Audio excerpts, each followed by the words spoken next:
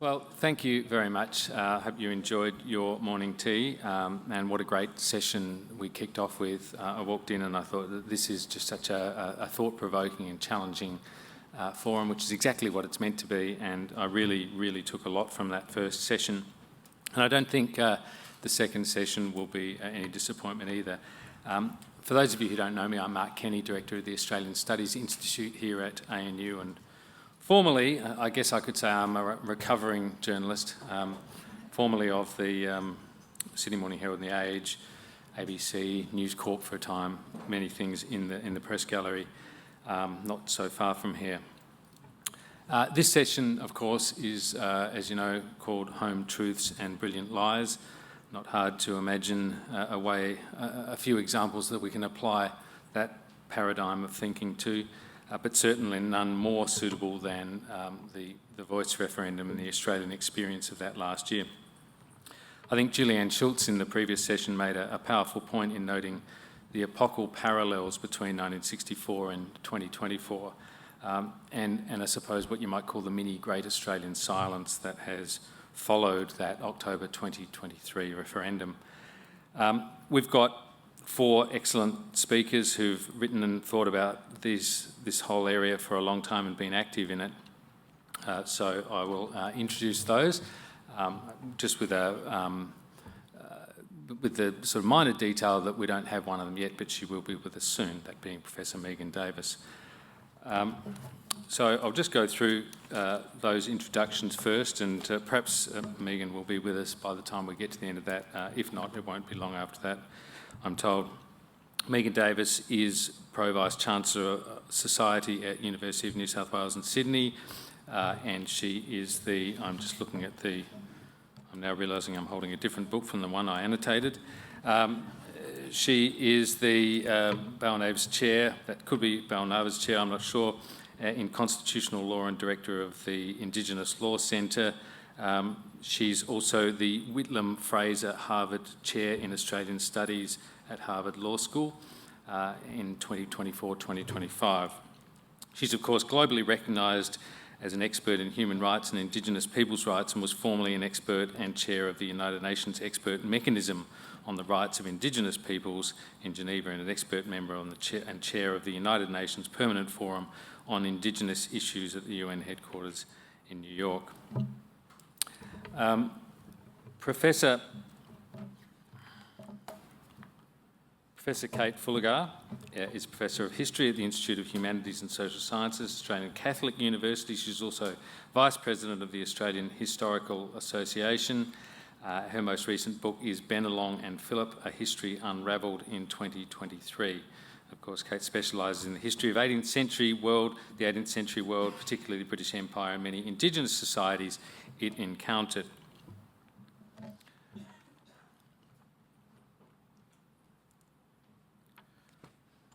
Excuse me for a moment. I've lost myself in my unannotated copy here.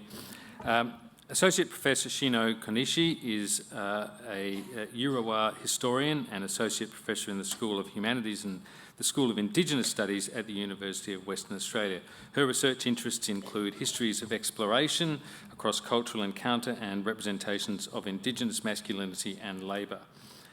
And finally, Professor Mark McKenna, who every now and then gets confused with me by people, or the other way around. I even had someone say to me that they particularly enjoyed a paper I'd given somewhere, and I thought, either my memory's going or yours is, because I don't remember giving that paper. And of course, it was someone far more scholarly and expert than me, Mark McKenna. Mark is Emeritus Professor of History at the University of Sydney, Honorary Professor of the National Centre of Biography at the ANU, and his research has ranged across the history of Australian republicanism, monarchy, Australian biography, histories of place, and Indigenous history. He's held several distinguished positions overseas at Australian Studies Centres at King's College London, the University of Copenhagen, and the University College Dublin. So, I've got everyone? All right, well look, I think we might start with you, Kate, if that's okay. I'm working on the assumption that we don't have Megan yet. So we might start with you, Kate, if that's okay, and we'll have Megan come online when she is available. Kate Fullagar.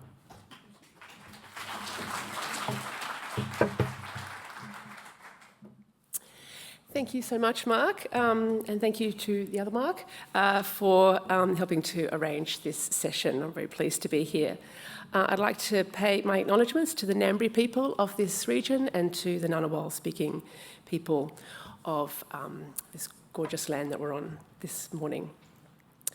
So my contribution today is going to be as an historian of the 18th century, which oftentimes seems to be a rather obscure position.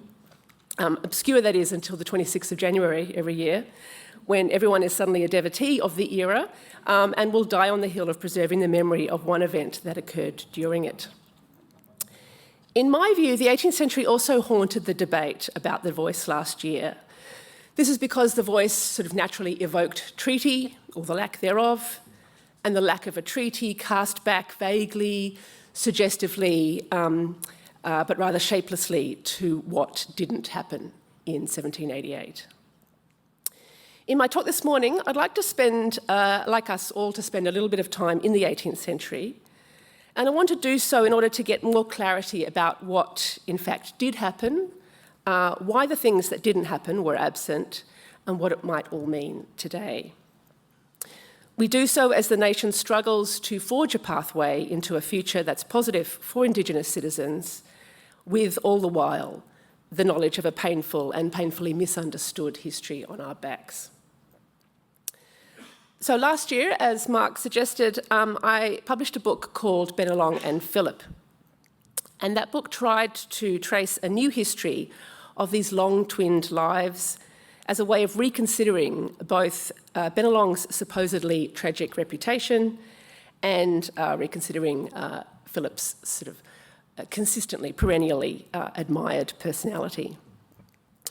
In doing so, I wanted to offer some fresh, or at least long-buried, perspectives on early colonial Australia. One where Phillip's arrival in 1788, that's the correction to Julianne's vox pop, yes, you all know that, you don't need to be told that it wasn't Cook who arrived in 1788. One where Phillip's arrival in 1788 was not the start of a new settler nation, but instead the extension of a massive and reactionary global empire. Also, that moment in 1788, I wanted to reimagine it as a time when Bennelong was not the symbol of a doomed people caught forever between tradition and modernity, which I think he is often even in kind of left or right renditions, but instead Bennelong was an individual example of complex and ongoing Indigenous reactions to invasion. I believed while I was writing it, and I believe still, that such perspectives could bring back both more international and more local ways of thinking about Australia itself, rather than stick with the limitations of only national or nationalist ways, which may speak to some of the themes of today's overall Horn memory. One thing I did not intend to do in the book was to argue that Phillip planned for a treaty, but this did turn out unexpectedly to emerge as a kind of secondary argument. I might add that this was also the only major point that my peer reviewers objected to when they read it in draft. These peer reviewers, whom I otherwise love and admire, I should say, were doubtful about the treaty thing because basically they missed the smoking gun of a document saying that Phillip planned for a treaty. And I can confirm, of course, that there is no smoking gun. My reviewers usually explained, as most of us know from the history war debates of 20 years ago, that unlike in other colonies, the British did not think Aboriginal people had rights to their lands, so therefore they felt that the treaty was not needed. And my response was to really think about that kind of explanation, which was sort of talked about in various different ways to me, much like the history wars themselves, I think, is overcoloured by the perspective of the 19th century. And I think the perspective of the 18th century tells a different tale. There were few people present in Sydney Cove in 1788 who were more steeped in the conventions and norms of the 18th century British Empire than Arthur Phillip. At 50 years of age, he was older than most of the other British men there, and as a captain, he had served for longer and in more sites of the empire than all of them. His naval career began before he was 20 years old, had included serving for periods in the Mediterranean, the Southern Atlantic, the Indian Ocean, and North America. It was during his stints, particularly in the last two regions, the Indian Ocean and North America, that he learned up close the usual British way of doing things. And that usual British way was overwhelmingly to colonise by treaty. And these included an array of agreements over sovereignty, over land title, but also over friendship, over alliance, over commerce. And yes, I would say that every single one of them was unfair or unequal or misunderstood or otherwise nefariously designed. They did, though, exist with Native American nations and with a variety of Asian groups. Never as solidly or as honourably as British treaties existed with other Europeans, as scholars such as Jennifer Pitts and Robert Travers has recently told us, but they were more existent than not. They occurred because of two things. One, because British imperialists mostly felt bound to an allegiance to Roman law, which said that agreements had to be forged rather than taken, with humans who showed either land cultivation or permanent construction or social reason. And secondly, British imperialists realised, particularly in North America, that colonisation through conquest was always harder and costlier than just cajoling with paper. Oftentimes, as Philip well knew, these agreements were secured by an Indigenous intermediary or small cohort who had come to know the imperialists intimately.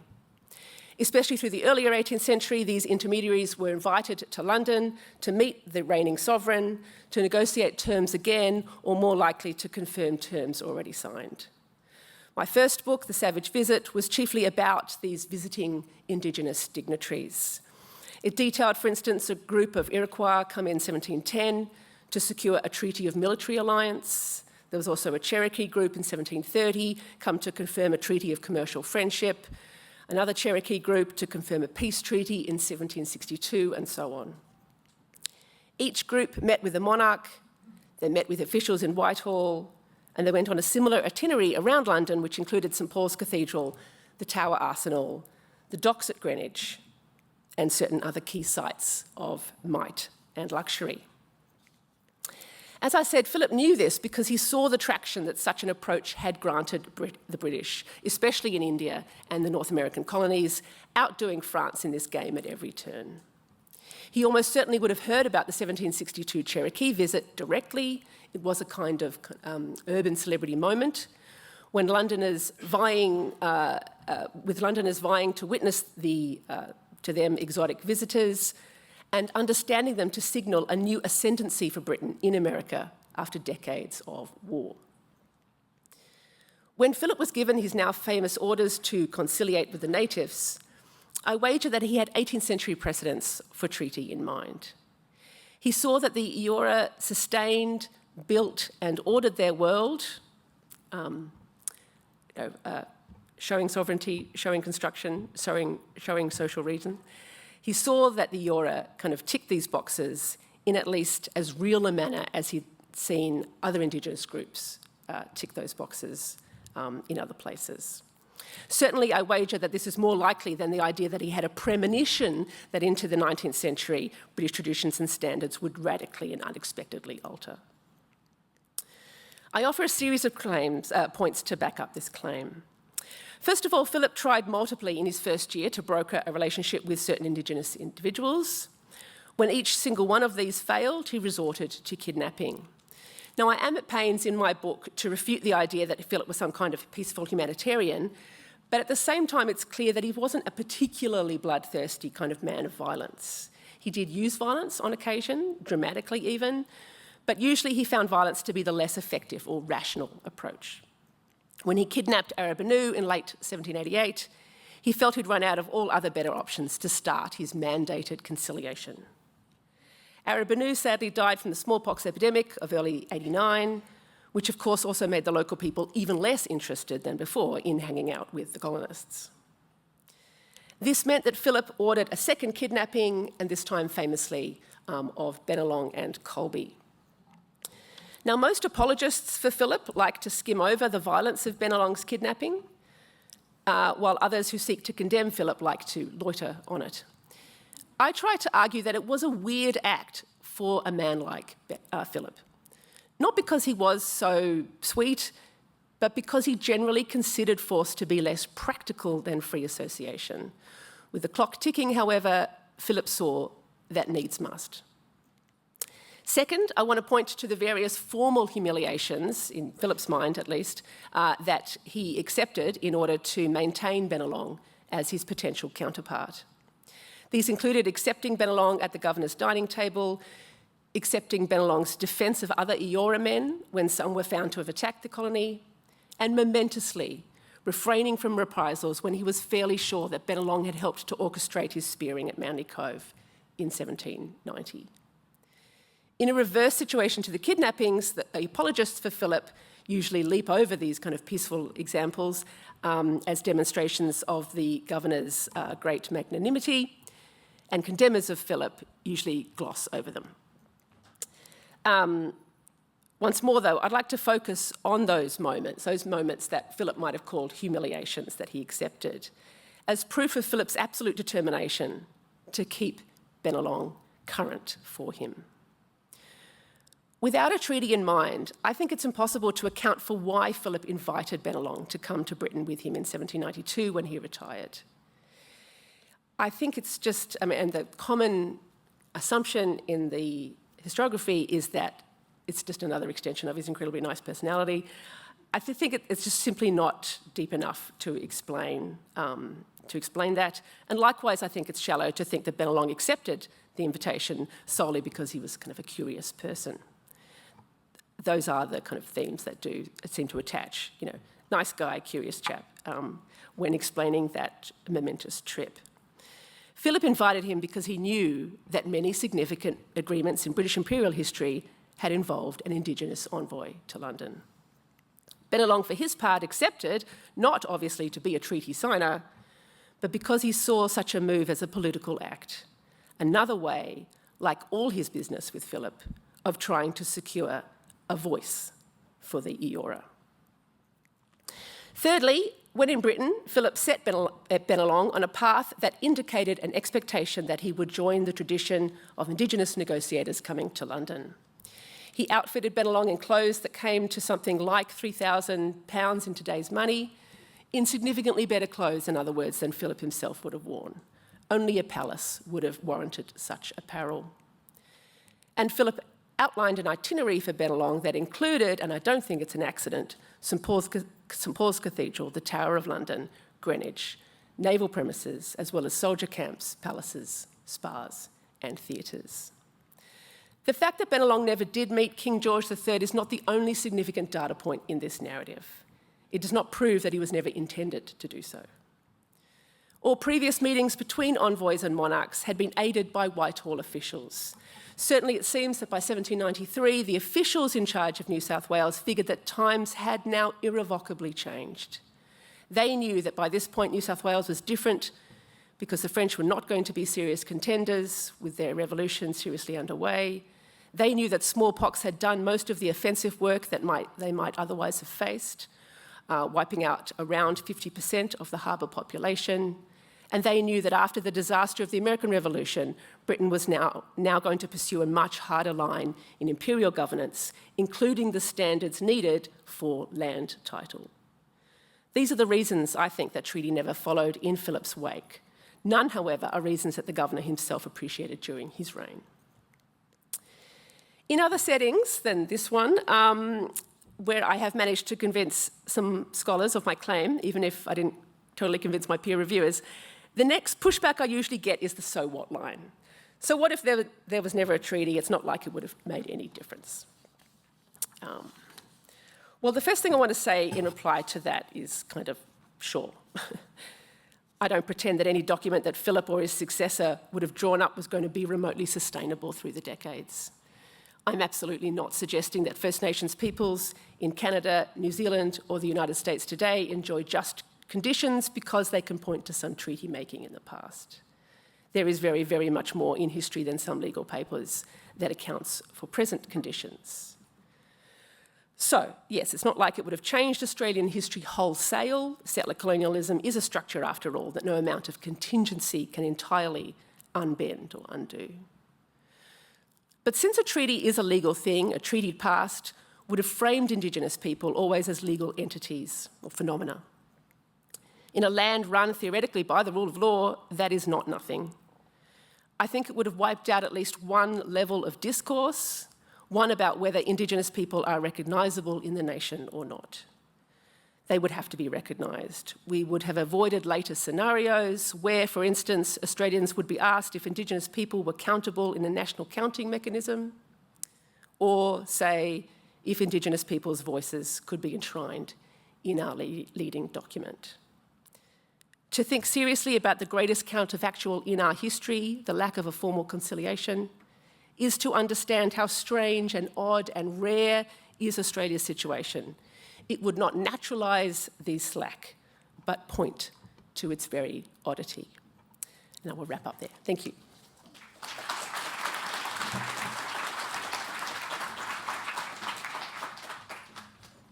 Thank you very much, Professor Fullagar, for that opening address. I'm delighted to say now that Professor Megan Davis is with us. And of course, I've already given an introduction to you, Megan, so the floor is yours. Thank you. So what a wonderful presentation. It's a bit difficult to follow, Kate, but the issues that she has raised and spoken about are ones that I'm teaching on here at Harvard Law School with my students on a subject relating to Indigenous rights, recognition and retreat. And there's no kind of guesses for where Australia sits in that paradigm. I think, intended to talk first and kind of frame this in relation to the Uluru Statement from the Heart and the referendum. And so I haven't written a paper in the same way that Kate and others have, but I've written a number of points to talk to in relation to this really, I think, important seminar and reflecting on not just Donald Horne and the concept of the lucky country, but of course, how that relates to an Australian democracy relates to the failed referendum of 2023. It's been useful being here at Harvard to have distance to be able to teach in this space and have the time also to reflect since the anniversary on what just happened in our country. And it's a difficult thing to fathom sometimes when you're teaching liberalism, liberal democracy, and the capacity of liberal democracies to accommodate Indigenous peoples and Indigenous rights, to reflect on the Uluru Statement from the Heart and its rejection by the Australian people. So I want to talk first about, I suppose, what we've learned in that post-referendum framework, talking about the Uluru Statement from the Heart. And then talk to a bit about truth-telling and the profession of history or historians, and then about where to next. It's been a year now, which has been a difficult period for a lot of my colleagues, a lot of First Nations leaders who felt a very strong sense of rejection from the Australian people on something that many regarded as a very generous offer to reshape and reimagine Australian liberal democracy with this olive branch or this statement to the Australian people that sought to include First Nations peoples properly in terms of the recognition of First Nations peoples in the Constitution and a voice within Australian liberal democracy. That referendum has taught us as First Nations people many things about the Australian people and many things about Australian politics that I think are really important to reflect upon when we think about the offer of Uluru and what went so wrong in relation to the articulation of a voice to Parliament and the campaign of 2023. What we've found in the course of the research that we've done since the failed referendum, in multiple phases of research, is that a vast majority of Australians did not know about the constitutional recognition process that was put on the table to First Nations people in late 2010 after the hung parliament, or the process that commenced in 2011. What we found, to our surprise and lament, was that a majority of Australians don't know about the Uluru Statement from the Heart, so they don't know what it is and what it said or proposed.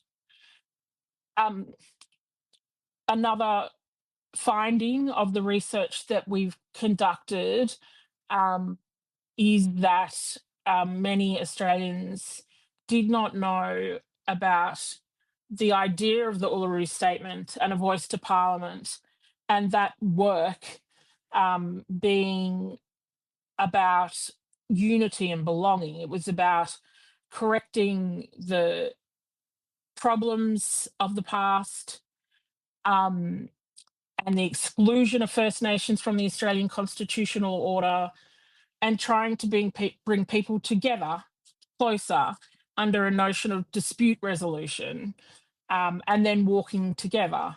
And related to that are the Uluru First Nations regional dialogues, which were based on deliberative democracy methods and theory, that those dialogues, all 12 of them, led to the main meeting at Uluru, where people called for a voice to Parliament. And we know that there are some in the community that expected it to be something like a treaty or a non-discrimination clause, but that's not what people chose in that deliberative process. They spoke to the need for our people to be consulted better, and to have a seat at the table when laws and policies are made about them. And that was at the heart of the voice. It wasn't some call for a separatist kind of decision-making entity. And as I said, surprisingly to some, it wasn't a call for treaty. It was a call for an enhanced say in democratic decision-making. And so tangential related to that actually was that many Australians didn't know where the voice came from. That research, I guess in some ways, makes a lot of sense to many of us who worked on this process for 12 years, in that we now understand that the kind of campaign that was run was one that wasn't a campaign that would allow for us to prosecute our arguments in the way that we thought we might have been able to prosecute them. And to that end, I won't dwell on this, but I will mention the issue of disinformation and misinformation that occurred during the referendum. I won't dwell on that other than to say that it is extraordinary to me. I mean, apart from the flaws in the government's current bill in relation to misinformation, in that it doesn't cover politicians, it's extraordinary to me that we have politicians saying that you cannot discern between misinformation and other kinds of misinformation. And I think if anybody studied The Voice, it would become very apparent to you the distinction between what is fact and what is misinformation and disinformation. And it deeply worries me that there is a concern that that cannot be determined. So we've spent a year now recovering, and I say that and mean that. There are many leaders, my staff, many community people right across this country that have taken the entire year to get over the impact of that, what people regard as a rejection at the ballot box, and having to listen to people say to them that it wasn't a rejection, but a principled and reasonable position that people took.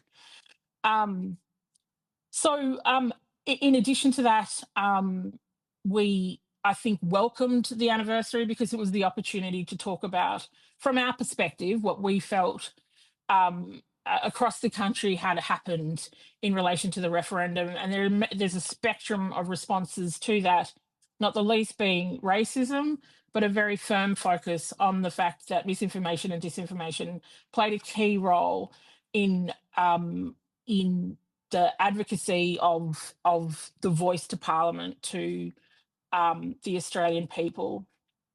So part of what I'm doing here at Harvard and part of what we are reflecting on is that many countries of the world are turning to and thinking about the ways in which liberal democracy can and can't accommodate Indigenous people's interests within the framework of the democratic state. And that conversation's become a little bit more intense in the post-Trump election world. But it's also become an acutely important issue in places like New Zealand that kind of straddle the post-Australian referendum and pre-Trump election world, where we're seeing a challenge to the Treaty of Waitangi and the Treaty of Waitangi principles, the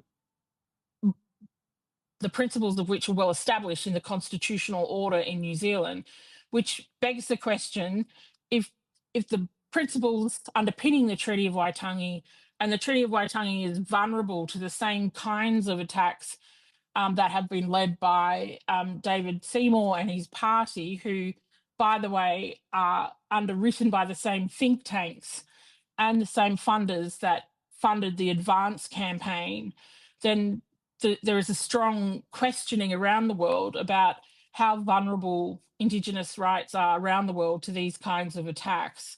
That is to say, the idea that Indigenous rights are vulnerable to arguments of formal equality, of non-discrimination in an era where many of these rights have been recognised by courts who have determined that they are culturally specific rights and collective rights that predate the arrival of, in our case, the British to the Australian continent.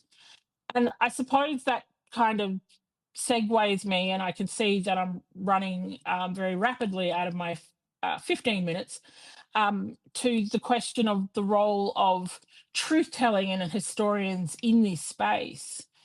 I wanted to make a few comments in that regard. Almost immediately after the Uluru Statement was handed down, I did ask a number of historians why it was that historians were so disinterested in the Uluru Statement from the Heart and the call for truth-telling. Obviously, that has been ameliorated in recent years as historians have stepped up to the plate. But in the initial phase, there was very little reaction other than to say it was a political issue and that they didn't want to become involved. Now that the political issue has removed itself for now, and I'll get to that in a moment, the field is awash with historians in the space. And I don't mean Kate, because Kate's one of the very early people I spoke to about this issue and is kind of at the forefront of the type of history that I think reflects very much the sentiments of the First Nations people who participated in the Uluru Dialogues. But it's interesting to me that one of the key things that you're hearing from communities now as truth commissions and the Makarrata bill from the Greens is being mooted is communities saying that truth-telling needs to be organic and it needs to be bottom-up. And that was a really core aspect of the Uluru Dialogues, that they didn't ask for truth commissions, but they said that they were involved in truth-telling at a grassroots level. I just reversed those words, but that is just jet lag, so forgive me. That they're involved in truth-telling in many ways, in many manifestations of truth-telling in local communities, with local historical societies, with local families, and there's a lot of work being done right across the country between families who are descendants of people who led massacres on the frontier with local First Nations mobs. They talked about all of the many ways they are involved in truth-telling, that they didn't want to be interfered with by some kind of national overriding federal body, but they wanted to choose the moments when they could pass up to a national level the types of truth-telling that is occurring in their particular nation or their particular community. And I just wanted to reiterate that point, because I think it's a very important point that was missed in the course of the dialogues. And I have to say that in all of the referendum campaign, there was a lot, there were the voices of the First Nations grassroots people who participated in the deliberative dialogue process, their voices have been pretty much silenced right through the campaign, before and after. But they spoke in a really sophisticated way about the fact that that truth-telling was occurring, but they should be the ones that choose when that is made public to the nation. And I think that's important partly, and I'll start to wrap up my comments, because I realised on my timer I put 13 hours and not the 15 minutes that was allocated to me. So I've just been leisurely strolling through my notes. And I think that's really important, just in the context of the back end of Kate's comments about the role that historians have to play in this space. And I promise these are my last final comments. When I've been teaching the course on rights recognition and retreat, one of the really key things that are coming from empire historians is that there were messy colonial relations in relation to dispossession. I know some historians in the audience will be saying this is really basic knowledge, but it's not to the Australian people.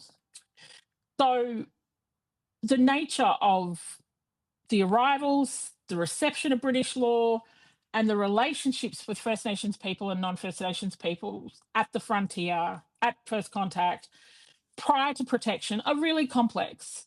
And what the High Court has done, and many courts have done in common law jurisdictions right around the world, is to adopt a retrospective, very clear narrative as to how that happened. But it's not the case that it happened in such a smooth and predictable fashion, because, of course, the laws of dispossession at that time, although we point to them in law school, it's actually not clear who was drawing from what. And even with the subjugation of First Nations peoples under protection laws, you're talking then about a time where positivism and the adoption of British legalism and common law legalism had kicked in. And what has happened is that courts in Australia, New Zealand, Canada retrospectively applied that positivism to a time when it didn't apply, at a time where that positivism might have been ascendant, but it wasn't the prevailing legal rulings or legal sentiment of the time. And I think that's a really important issue, because I think at the heart of issues of sovereignty and First Nation status in the Australian continent, people might talk about another day in the colony, but those days in the colonies are actually really critical to understanding the legal status of First Nations to this day. And Kate touched upon the rule of law. I think these issues are really critical to the rule of law, because that is the way in which the Australian polity and political elite and Australians view themselves and their fairness and justice as it applies to groups like First Nations people. But the rule of law, the threshold is not met in relation to not just the status of First Nations people and the original grievance and the desire for a settlement, but nor is it met today in relation to many manifestations of the way that our country engages with First Nations people. And I think that that's a really important thing for us to keep in mind when we reflect on the lucky country and the way in which it has retrospectively changed the goalposts for First Nations peoples to deprive them of legal rights and recognition in the colonial period, but also in 2023 to solidify and anchor the Australian continent and its legal and political recognition of First Nations peoples and their rights to 1901, which is an Australia I never thought I would see. And so when Kate refers to the strange and odd and rare situation in which Australia is viewed by the world, it is correct. When you look around the world's member states, or at least the UN member states, or the many countries of the world, we are an outlier in that we have no settlement of the original grievance. And after last year, it seems like it's further and further away. Last point, where to now? I think the next piece of work is the work with the 6.2 million, which we've been doing over the course of the year, and we think is increasing in terms of the 6.2. We have a lot of no's coming back to yes.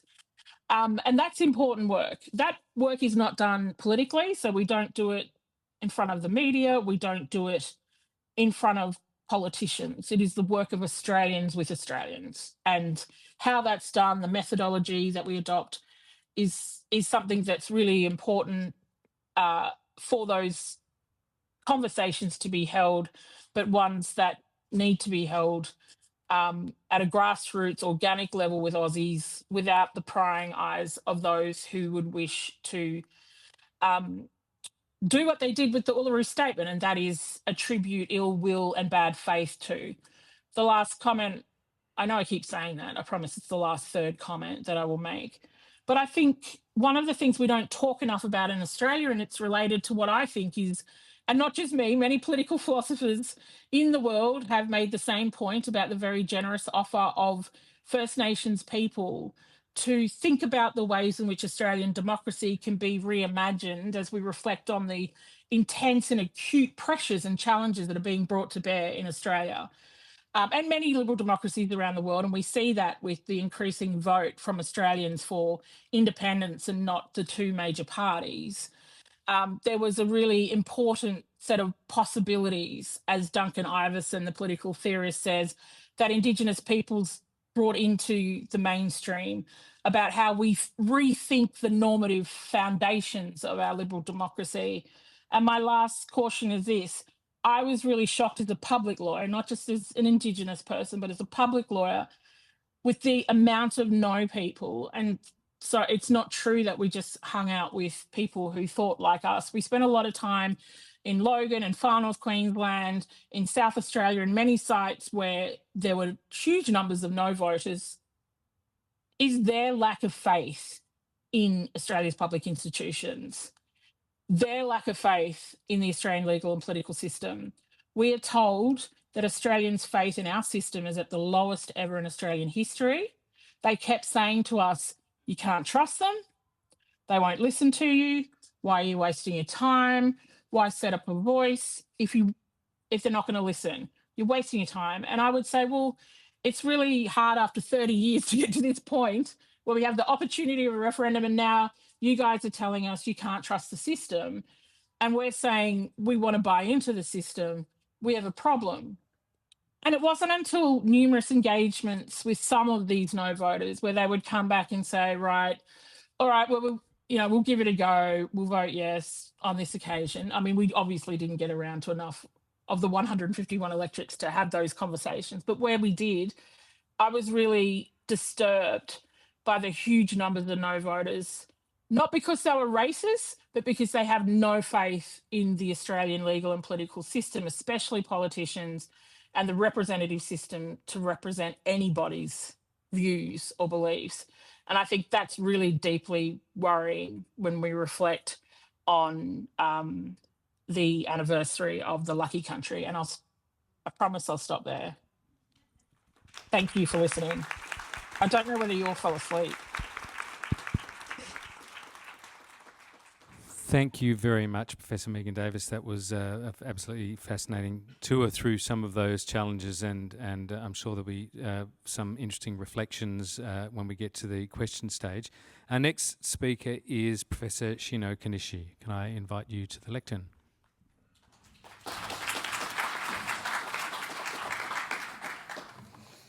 Thank you. I'd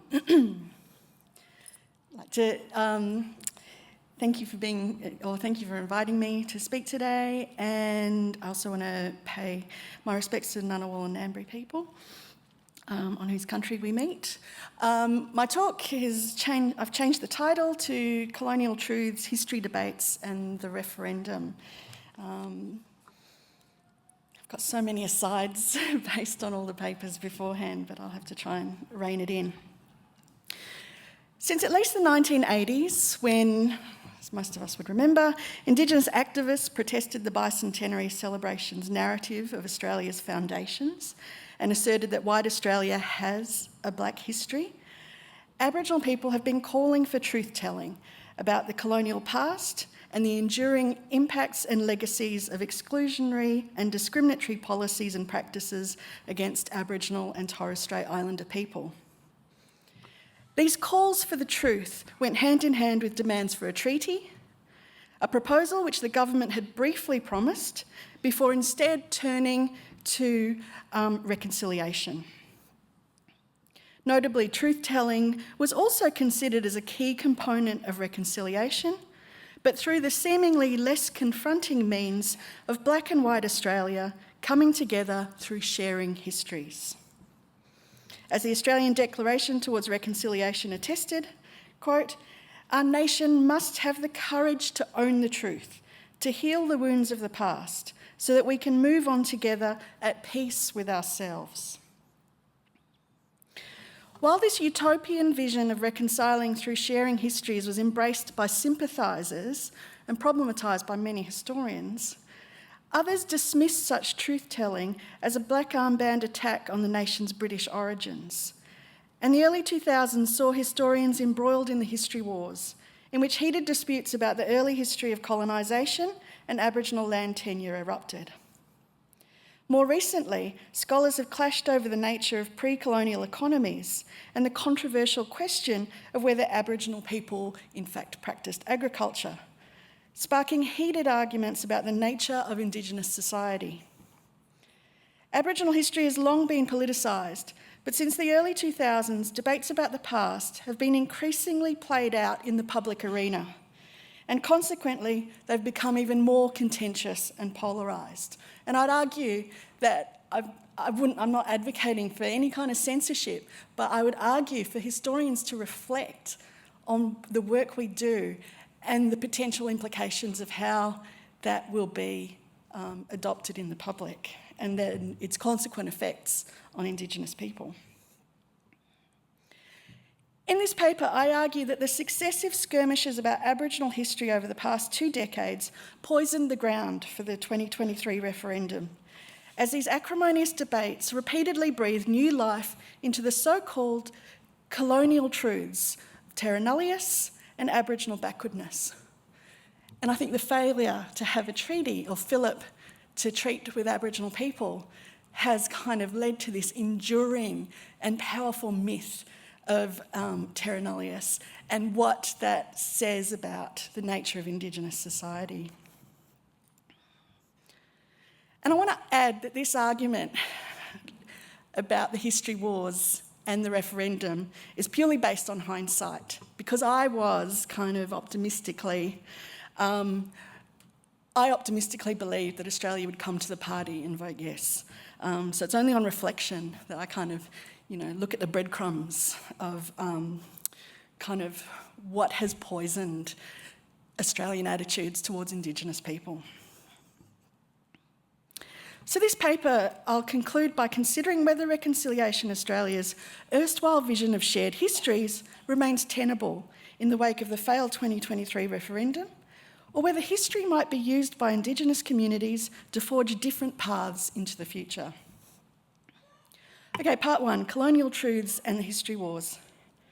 In a very recent article, Abraham Bradfield explains that colonial truths are the false truths that the colonial project created and maintained by denying or rationalising atrocities, silencing Indigenous voices, and justifying the theft of land and slavery.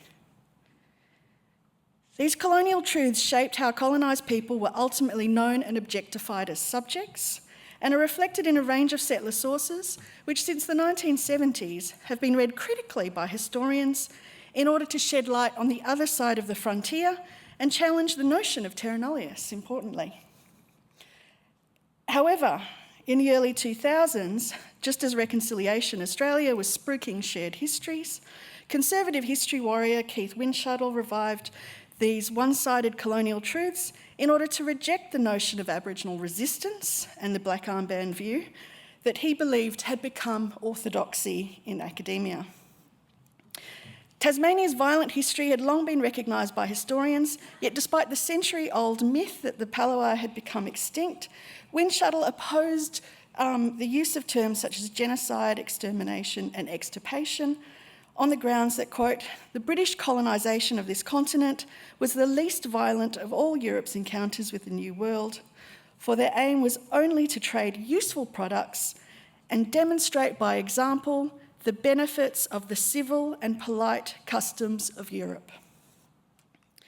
In the fabrication of Aboriginal history, Windshuttle rejected the idea that conflict was caused by settler aggression and invasion on one side, or Indigenous sovereignty and determination to defend their lands on the other side.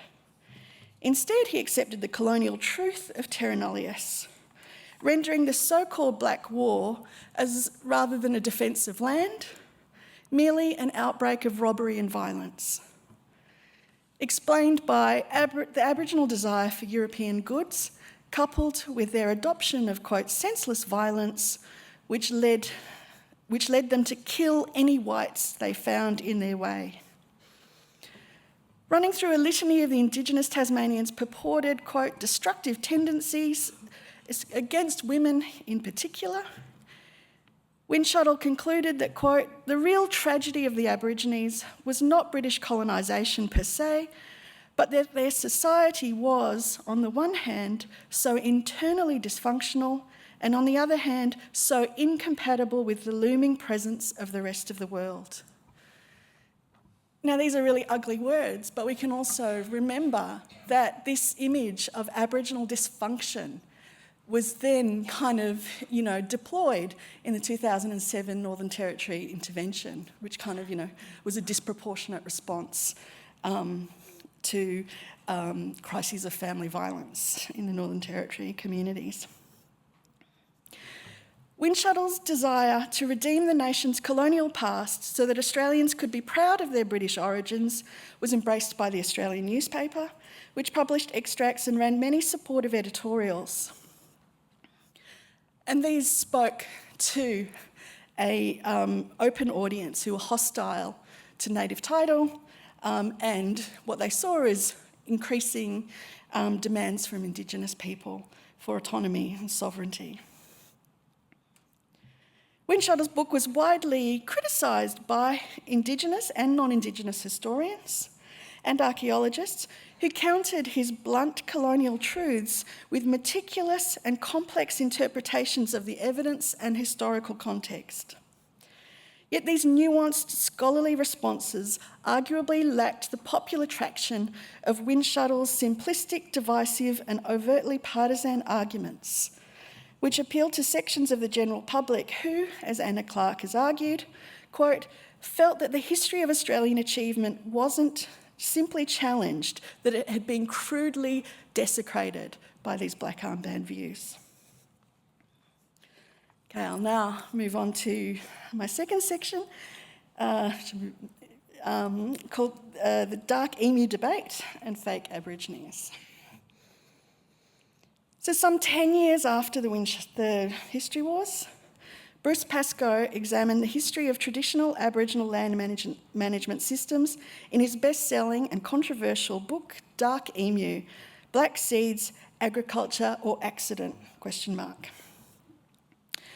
Pascoe's aim was to, quote, give rise to a possibility of an alternative view of pre-colonial Australia, and by drawing on early explorer and settler records, as well as a diverse range of archaeological and ecological scholarship on very diverse Aboriginal land management practices, he challenged the notion that Aboriginal people were mere hunter-gatherers. His use of the term mere was pointed in order to encapsulate early colonists' dismissive evaluations of what they considered the state of savagery, that is, subsistence through foraging or hunter-gathering. Instead, Pascoe identifies a range of subsistence practices, including what he calls agriculture, as well as Aboriginal constructions, buildings or manufactures that enabled the processing and the long-term storage of seeds, plants, tubers, and engineered works enabling aquaculture. Could it be, he asks, that the accepted view of Indigenous Australians simply wandering from plant to plant, kangaroo to kangaroo, in hapless opportunism was incorrect? Clearly his aim was to write back against that colonial fantasy of terra nullius, premised on the belief that Aboriginal people had not mixed their labour with the soil by enclosing and cultivating the earth, and thus had not exercised dominion over the land in a way that ostensibly rendered it property. As Gillian Cowlishaw explains, Pascoe's goal was to provide an antidote to the pervasive belittling of Aboriginal society evident in early observers' accounts. What he saw as the foundational colonial construction, that is the denigration of Aboriginal people as culturally backwards and aimlessly itinerant.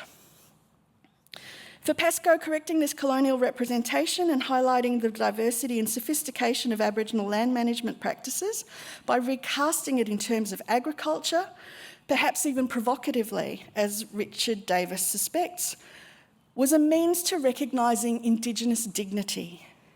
Dark Emu arguably reflects, to borrow the words of Greg Denning, an attempt to recuperate the histories of natives, those that the world esteems as little, in order to celebrate their humanity, their freedom, their creativity, and their dignity.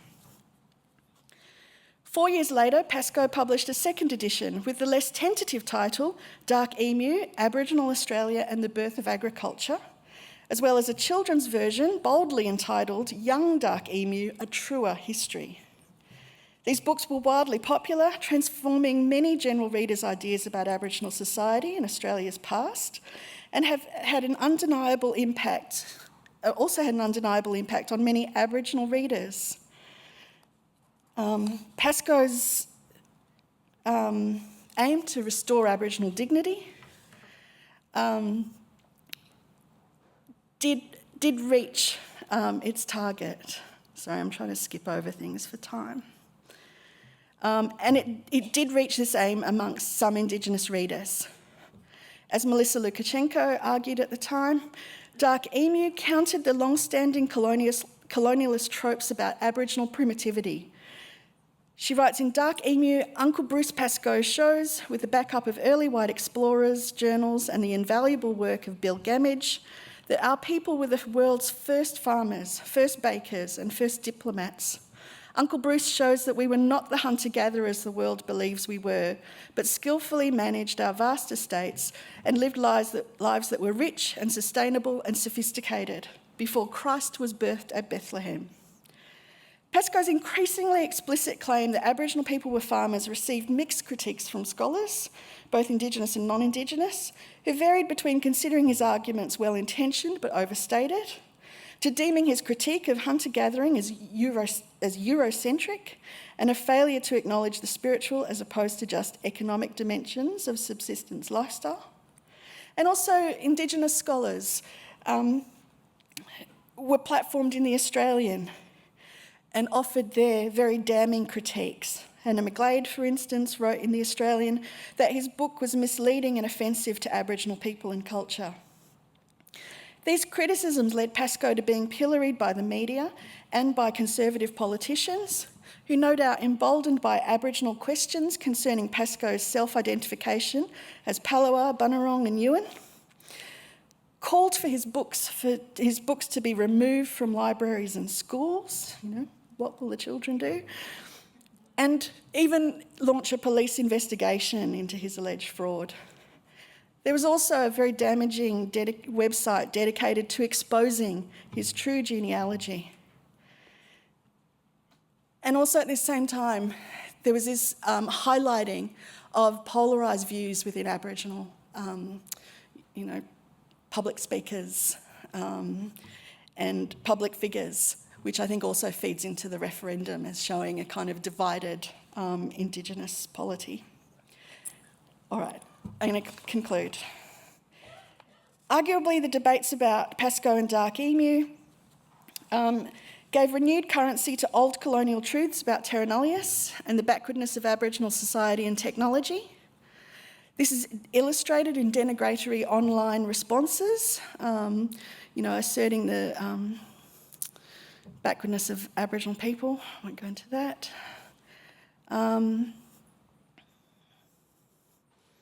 And these history debates illustrate Anna Clark's observation that the increasing politicisation of Australia's past fundamentally changed the way that history was perceived and employed. So while there were lots of factors that shaped the referendum, I would also kind of point to these history debates which helped to sustain prolonged popular doubt about Aboriginal people's deep historical claims to sovereignty, and by extension, their entitlement to a distinct and separate representative voice. I'll skip over that. Just to end on a more optimistic note and touch on what Megan said, this will be very brief. I have to think now in the wake of the referendum, talking anecdotally, conversations I've had with other Indigenous people, there's an incredible despondency and anger, and the idea of reconciliation is kind of dead in the water. So where's the place of history if we're no longer interested in shared history? Well, like Megan, I point to the flourishing of local Indigenous histories, not aimed at white audience to try and elicit sympathy for the Aboriginal political cause, but instead aimed at Indigenous audiences in order to foster a sense of dignity, a sense of pride in the past, and to pass down to future generations knowledge of culture and country. I'll end there. Thank you. Thanks, Mark. Wonderful to be on this panel with Megan, Sheena and Kate. It's now, of course, little more than 12 months since the referendum on a constitutionally enshrined voice to Parliament was defeated. And already considerable analysis and commentary has been published in recent months. And a lot of that retrospective analysis so far has focused on the shortcomings in the process leading up to the referendum, particularly whether the referendum should have been pulled once the possibility of bipartisan support collapsed. To date, blame for that failure of the referendum, I think, has fallen on the shoulders of the Prime Minister, the various threads of the Yes campaign, those being Labor, Yes 23, the Uluru Dialogues, Uphold and Recognise, and Liberals for Yes. At the same time, I think it's fair to say that the No campaign, led by the Nationals from November 2022, opposition leader Peter Dutton and the majority of the Liberal Party from April 23, Advance Australia, and finally Warren Mundine and Shadow spokesperson for Indigenous Affairs, Senator Jacinta Nampijinpa-Price. The No campaign has received far less forensic scrutiny, I think. Almost as if victory has somehow vindicated the No campaign's core misrepresentation that a constitutionally enshrined voice to Parliament would divide us, would divide Australians. So I think we're yet to fully understand, of course, some of the deeper, more difficult questions around the referendum, particularly what the conduct of the referendum might tell us about our relationship with Indigenous Australians, about Australia generally, what might be done in order to advance what was once called reconciliation, and as Sheena intimated, perhaps that's not the correct word any longer. So we're left with a pervasive uncertainty, of course, about the country's relationship with First Nations people and the future viability itself of constitutional reform. And I guess it's this aspect of the referendum I want to zero in on in my few minutes, and that is the core arguments that we encountered around the Australian Constitution during the referendum campaign. Perceptions of the Constitution varied enormously, of course, from people who described it as a racist colonial document to others who argued that even the smallest change would fundamentally alter our nation and our democracy and our way of life. Many Australians appeared reluctant to change a document they believed to be central to their democracy at the same time as they admitted to knowing almost nothing about it. Since the 1980s, surveys have consistently demonstrated widespread ignorance of the Constitution. At the same time, they've revealed any number of popular misapprehensions regarding its content, such as the belief that the Constitution, for example, contains a Bill of Rights, or that it's explicitly grounded in principles of equality and fairness. If our Constitution exists at all, it exists in two realms: the legal and political, understood by a select few, and the imaginary, a domain of erroneous assumptions and half-truths susceptible to all kinds of political distortion and exploitation. Despite the many calls over the last 4 decades for more popular education regarding the Constitution, there's no doubt that one of the key reasons for the failure of the referendum was the depth and extent of that ignorance in our community about the Constitution. One of the referendum's most pivotal moments was surely Senator Jacinta Nampijinpa Price's address to the National Press Club on September 14. When she was asked by a Guardian journalist, Josh Butler, about the history and impact of colonisation on Indigenous Australians, she stated baldly, there were no ongoing negative impacts of colonisation. A claim that was greeted by her coalition colleagues in the room with rapturous applause, reinforced moments later when they rose in unison to give her a standing ovation. Now, most of the media attention focused, understandably, on Price's remarks about the history of colonisation, no negative effects.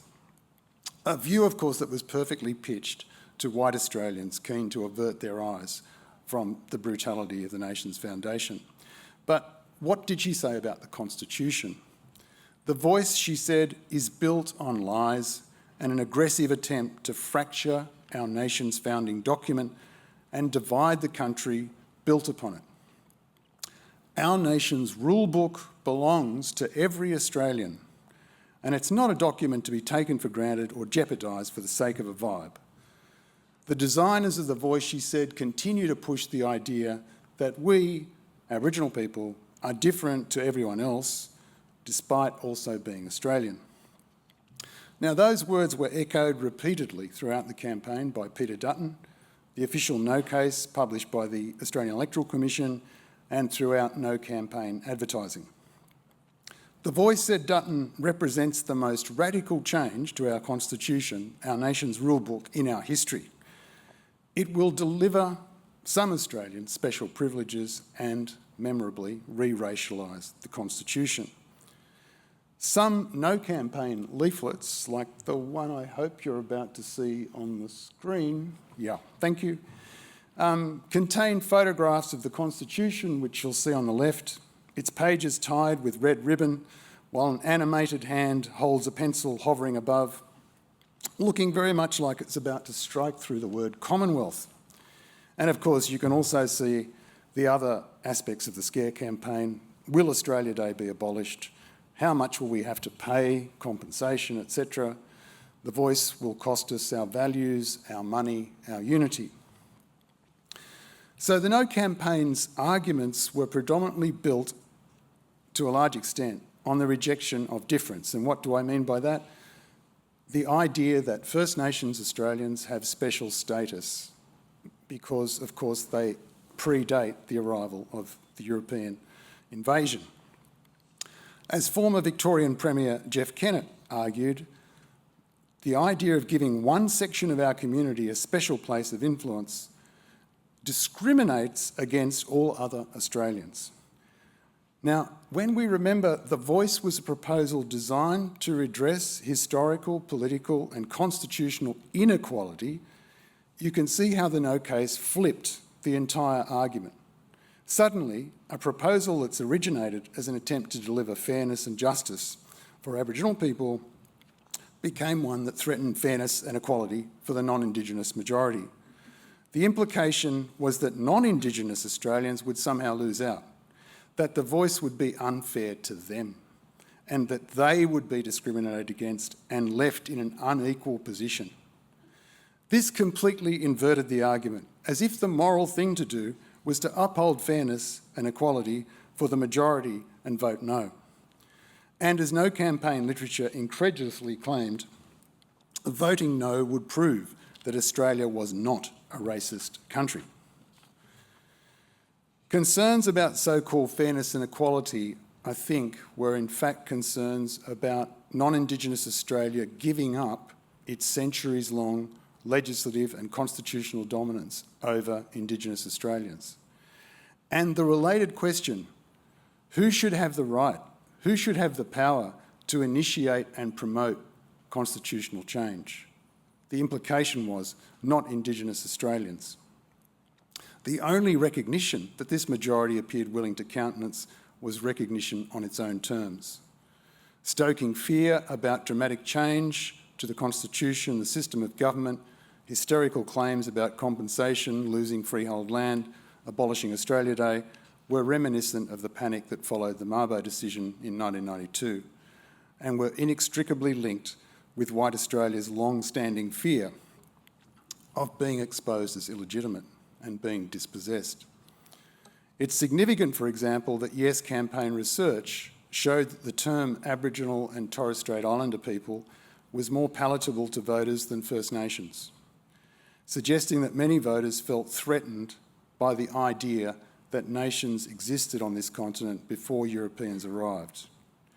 Other internal polling showed that awareness levels of Indigenous disadvantage only reached 50% by referendum day, while only 3% of non-Indigenous Australians had direct engagement with Aboriginal people. And Indigenous issues generally consistently polled lower on voters' priorities. The other thing I think that's really important about the references made to the Constitution throughout the campaign, I only realised this recently, was the repetition, the repeated repetition of the rule book, the Constitution as a rule book, particularly in the no campaign literature. This has really proved very effective, and I think it holds a lot of lessons for future constitutional reform. Now, of course, look, on a practical level, the rule book image is an accurate description, right, of the Constitution's dry technical language. But on a metaphorical, on a psychological level,